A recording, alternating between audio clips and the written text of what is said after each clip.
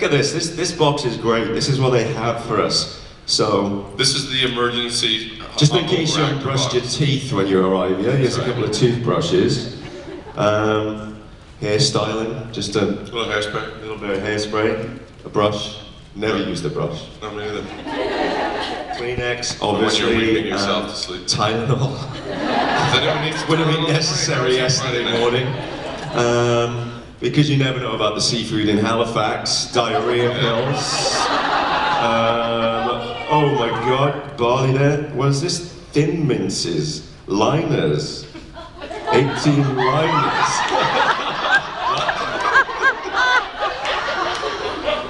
What else? Hydrating lip balm.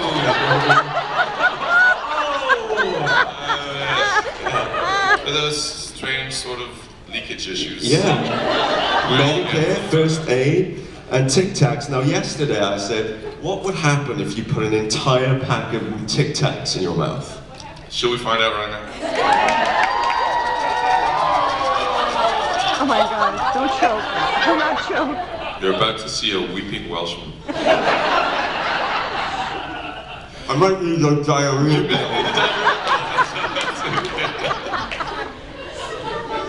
The question is, how do you get them out?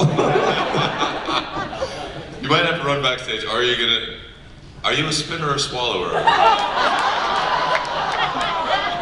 Gently spitting this one out.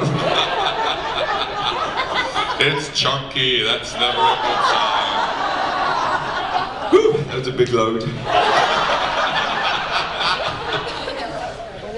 Anyway, we're here to talk about fresh and minty in the morning.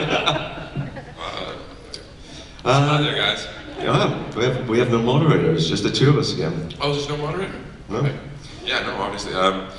What do you guys want us to do? Just kind of chit-chat about stuff? You want to ask some questions? Good answer. Tell you some stories. Stories on set. What's the story? Well, who here has actually finished watching let's do a little spoiler alerts here. Who here hasn't watched the end of the show yet? Which was so about a good 30%. Who here hasn't watched any of season 5? Alright, very few. Alright, so you guys are screwed. Sorry. Are you just saving up the finale, or? Who here has never watched the show? Alright. Never watched the show. Are you here supporting significant others, or you just needed a dark place to sort of get over your hangover? Yeah, okay, there's one with that one. Or it's somebody in need of diarrhea pills. This is the place to go. Kris Holden-Reid and Paul Amos' panel. That's right. Oh, I've got a dodgy stomach. Go see Kris Holden-Reid. We induce diarrhea, but then we rapidly fix it.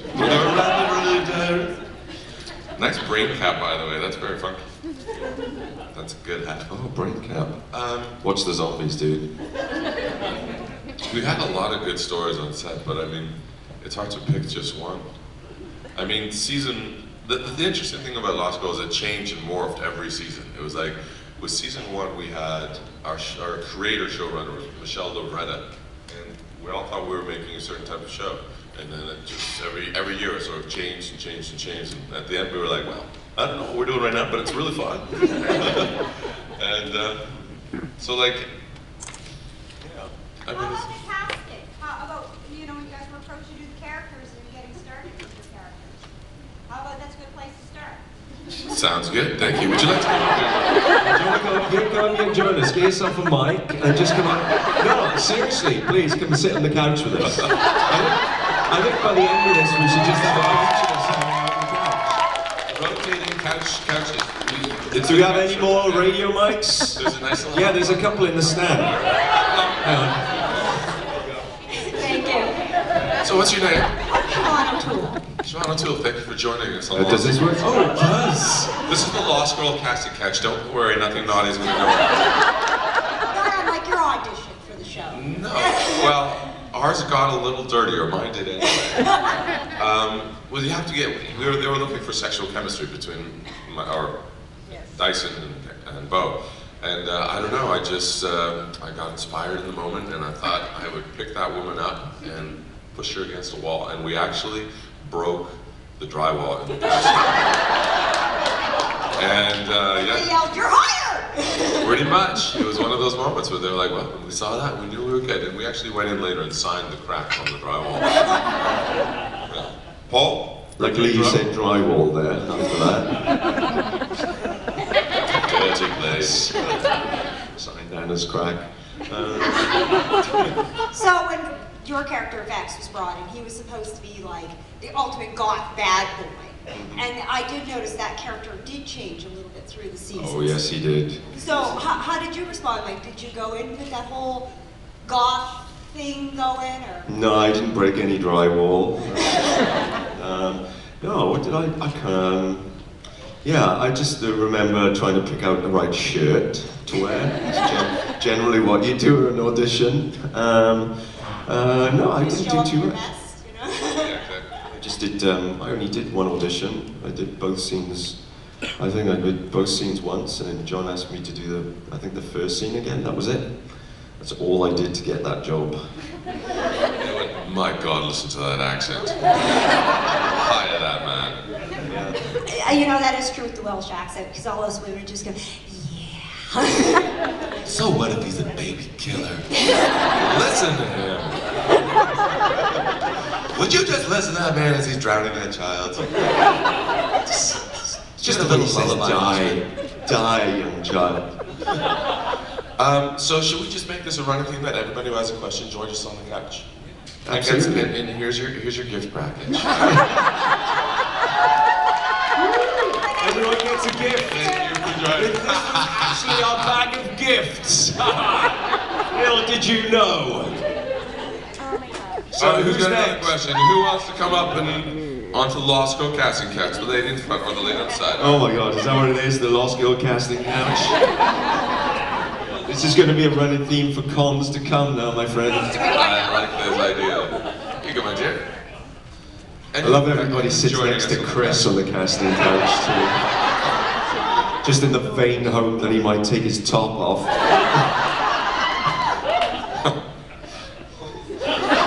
not be that. Maybe vain. Anyway. Hi, I'm Sam. Hi, Sam. Hello, Sam. Not strictly law school. I love the fact that you're using your fingers as you talk. You know, just I've just got some long fingernails here. Who are you? What is your character right now? So I'm cosplaying a character called Lust from the show Holden-Reid. Oh boy. What show? She's Lust. She's also one of Amos personality traits, or Bo's personality traits. Oh. Yeah. So my question is more like, it's a little silly question. Can you tell me each other's spirit animals and why? I can answer this question. My spirit animal. No, we have to choose it for each other. Each other. Yeah. For each You other? don't get to choose for yourself. You don't get to be that cool. Shit. Vain is the running word this morning. The running theme. Spirit animal. Paul Amos' spirit animal.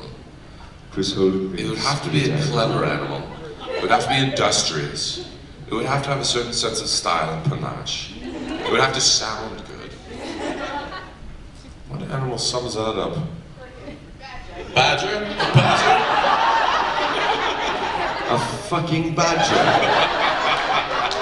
They're very actually cute and what about some sort of ferret-like animal a ferret, like a digs weasel? holes and All right, is- fine, yeah, something slinky and intelligent, but a killer instinct. How about a meerkat? Meerkat? No, that's not a meerkat actually. That's some sort of a groundhog thing. Right? I always mix those two up. Meerkats are great. No, they are. No, Meerkats that's are the like that. meerkat. Meerkat.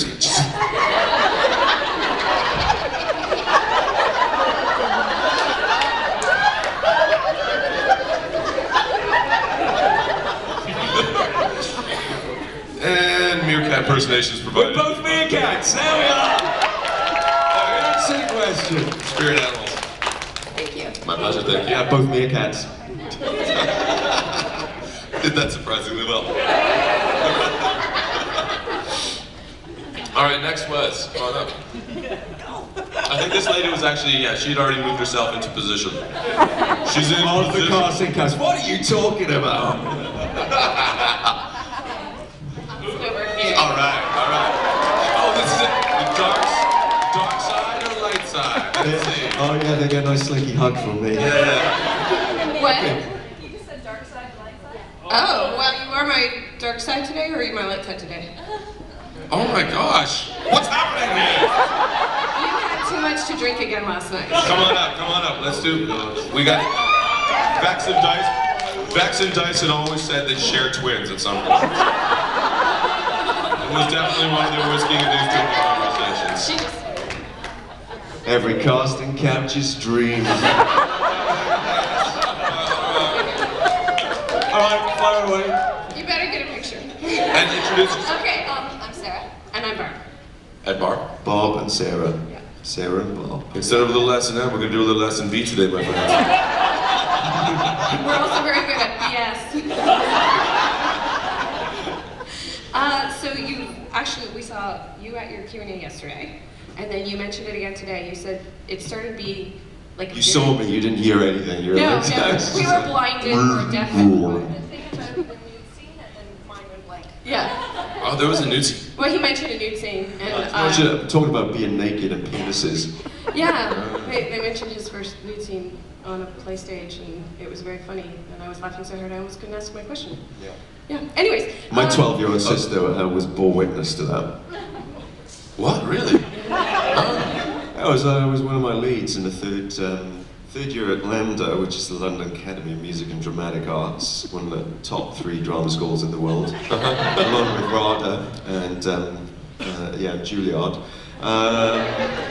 In my 3rd year, I did a play called Fashion, great play, and for the first 10 minutes of the play, it's me alone on stage, waking up in my office, naked, and I proceed to just go around my daily tasks in the morning for 10 minutes. So I did press-ups, I did the whole exercise routine, all naked, and my mum and sister were in the audience. How long And was my the sister, run? the run, we did like 5 shows of that on the West End in London. But That's full 15 minutes of full public nudity. full public nudity. Yeah. Wow, good on you, mate. I've never shown my junk. Someday I might have to, but I'm holding it back for now. Well, if you train at drama school, it's something that they do. So does drama school provide fluffers for you then?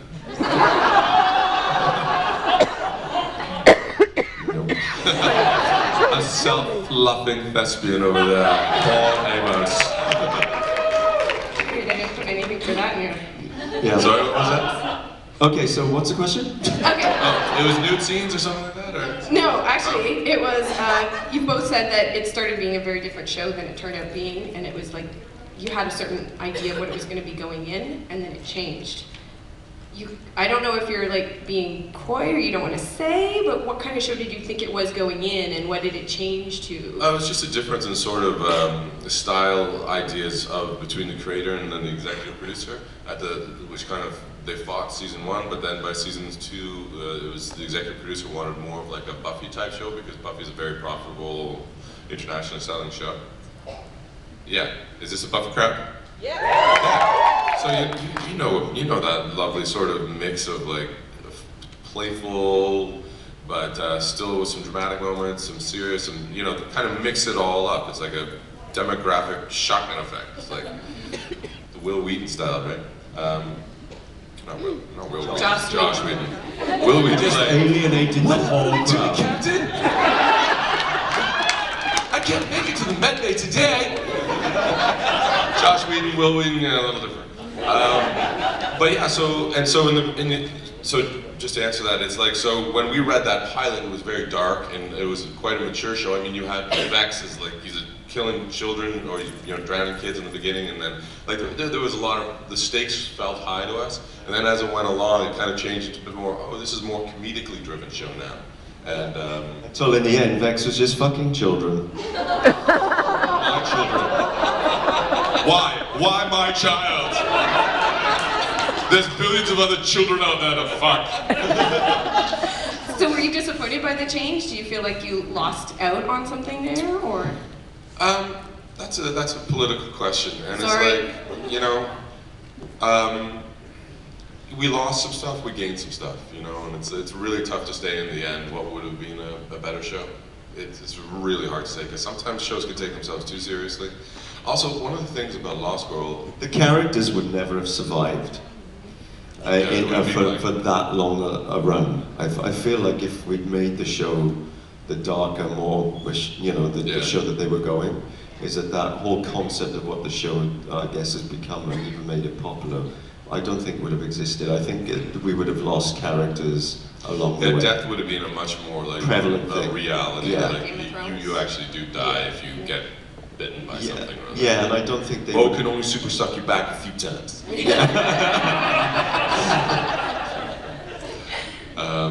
So yeah, you know, it's just a totally different kind of stylistic choice. And I really don't know what you can never say of something that didn't ever kind of materialize, right? It's just like, could have been, would have been, who knows? But yeah, thanks for the question. Okay, thanks. Super Lovely. twins. Thank you. Wonder Twins activate form of an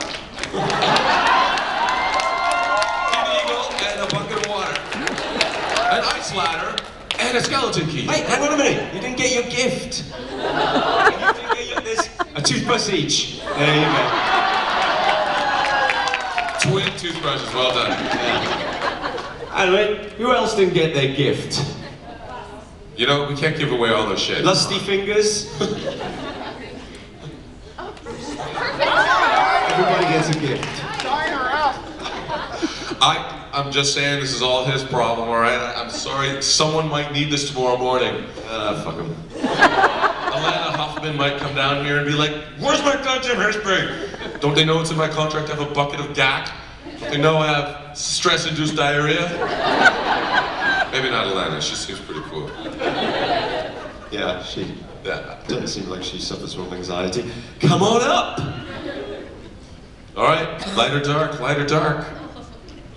Can I have both? She's definitely getting the diarrhea pills. Hello? Oh, sorry. Lillian. Hello, Lillian. Hi. Welcome to the casting. What role are you auditioning for today?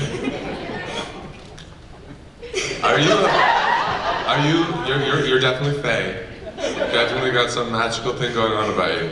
What will be your superpower? It won't go up on the net, I promise. What was that? If you just turn around. I have no idea what's going on with that.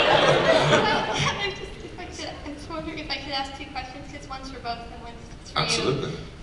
Well, I feel like some people have seen season 5 now, but I was wondering what your first thoughts were when they were bringing in Mark, because your characters are probably affected the most with him coming in.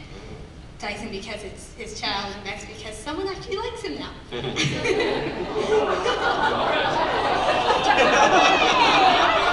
Oh, the innocence of youth. They just can't really see past his charming Welsh facade. They don't see the devil inside. The child of the... Never mind. I don't know. I don't really realize how many underage... Anyone underage in here that we have to watch our language with? Any sensitive souls?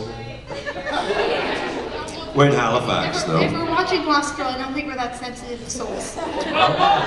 Listen, you're talking to the person who was at Dragon Con in front of 1,000 people with my 4-year-old daughter on the stage, and Rachel Scarston calls Emmanuel Vorget up and gets the entire crowd to scream "cunt" into the phone.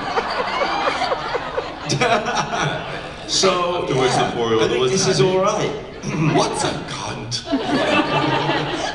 What is a cunt? Yes. It's a great sing-songy word. It's just a great word. It is a great word, especially with your accent. I thought it was a great idea because the whole Dyson, Bo, Lauren had become a bit of a standoffish sort. We didn't know what to do with that. It was like, what do we then without Dyson being able to love Bo? What is he going to do on the show except for just kind of be this kind of protectory, kind of growly guy that's kind of grumpy all the time? So it was a really nice, it was a nice device, and Mark played by the fantastic Luke Billick. We had a great on-set rapport, so I think it worked out well, although I think his choices in Lovers is a little bit dubious, to say the least.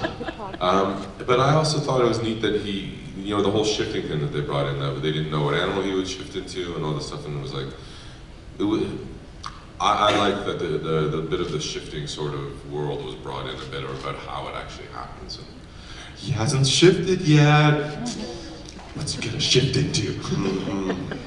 A badger! A meerkat! Can you imagine how disappointing that is? An arse badger, like some fucking herbivore. Are you kidding? A goat?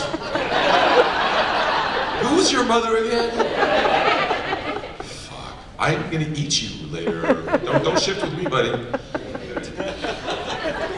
A goat. Yeah, old He's a Ricky bad Martin. boy. Or Dickie Martin, as we used to call him. Yeah, Ricky Martin. And, Living La Vida Loca, that's what I used to call him. That's right. He does Kind of look looked like a young Ricky Martin. Or no. Or Marky Mark. Marky Mark. That's what I used No, to who's the other guy? I don't know. Anyway. We digress. Long second. Yeah, no, it was a fun storyline. Except they could have done it a bit better than they did, but there you go. It just kind of disappeared and then came back right at the end. Photographer Scott on the scene. Indeed. Everybody give Scott a big round of applause. All right, and you had another question, right? Yeah. This isn't. I just remember. This is just something. Oh, this is. Okay. This is just something that every role I've ever seen you play. Because I watched you in Degrassi. That's the first time I ever saw you. But Hey, I was in Degrassi too. I was in the dude. I was in the movie. Degrassi Goes Hollywood. All right. Well done. I played a lecherous teacher. Thank God I was sleeping with another underage person in that show.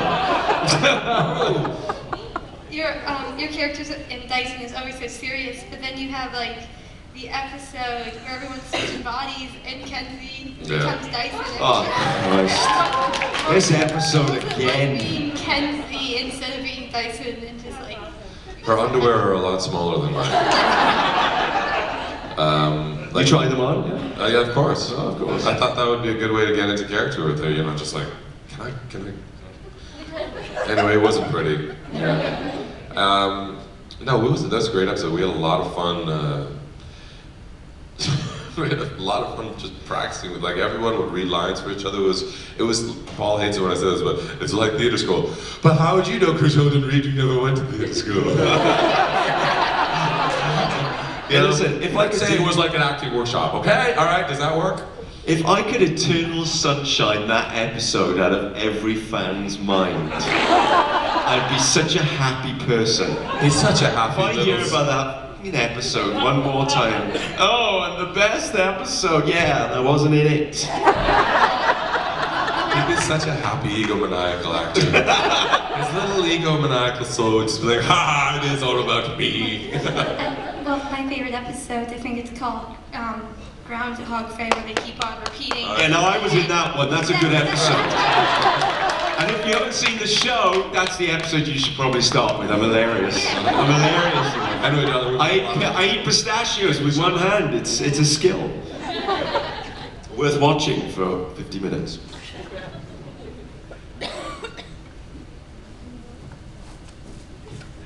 Dun, dun, dun, dun, dun, dun, dun. Hello. Hello, Introduce yourself to the crowd, please. my name is Tracy. Hello, Tracy. Hello. Who are you today? Hello, Tracy. How are you? What's going on? I'm actually a peacock. You passed me the bong, You're a Kris. peacock, huh? Wait, is this your bond name? Miss Peacock? Lady Peacock? Yeah, it's I presume. Exactly. All right. So my question is, if you guys were in charge of creating your character from the start, all powers, all being, whatever, how would your character be different and why would you make your character different? And it can't be the character you had, it has to be different. Oh, so it's not about something, it's a totally something. Yeah, if it was a totally different It's not character. how I would have made Dyson better. Nope, it's what character would you have done in that story? Right. Are you gonna go with Tricky the guy? question. I don't know. I mean, that's not Dragons. really. I wouldn't want to share that character with the story. He deserves his own major movie, motion picture, Yeah. trilogy deal. Not just- Grander scale. That's right. Way bigger. I mean, there's time travel. There's millennium. Yeah, not that you would never get that on Lost Girl. No, We no, couldn't afford it. no, no, no. They couldn't. Yeah. The Invisible Man. Okay. No, I'd like to fly. I'd like to be a griffin. Meerkat. Flying meerkat. Flying invisible meerkat. Yes. There we go. That's it. Flying invisible. I want to be a flying invisible meerkat too. Could you imagine though when that landed on someone's face? Yeah. But do they fly like this?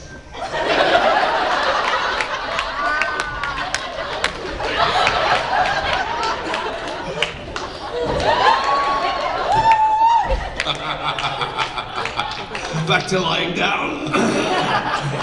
Exhausted. Your pillow fell on the other side of the couch. Yeah, fuck it, I'll just do one. Alright. So yes, flying invisible meerkats. Both of you? You guys It's our spirit animal. each other. I mean, what do you want? Then flying invisible meerkats. I'm not sure how they'd work that into the storyline, but Listen, it's Lost Girl. They can find a way for anything. yeah. Thank you very much, Shazzy. Thanks for coming on the show. Hand off to the mic to. We could call out the show. Can you imagine tuning in every week to Flying Invisible Meerkats? And that's a show I would watch. Tonight on Sci-Fi. Oh, okay. Was there any option but? Hello. There's a Mrs. Death on the show. A Mrs. Death? Who, darling? There's no darling. No, there's no darling with death. It was the meatloaf. Oh my word. Name that movie. Name that movie. What's that reference? But I mean, like, really, how's it possible that we all died at once? The meatloaf. The meaning of life. Yes. That's right. Yeah. He's here about the real.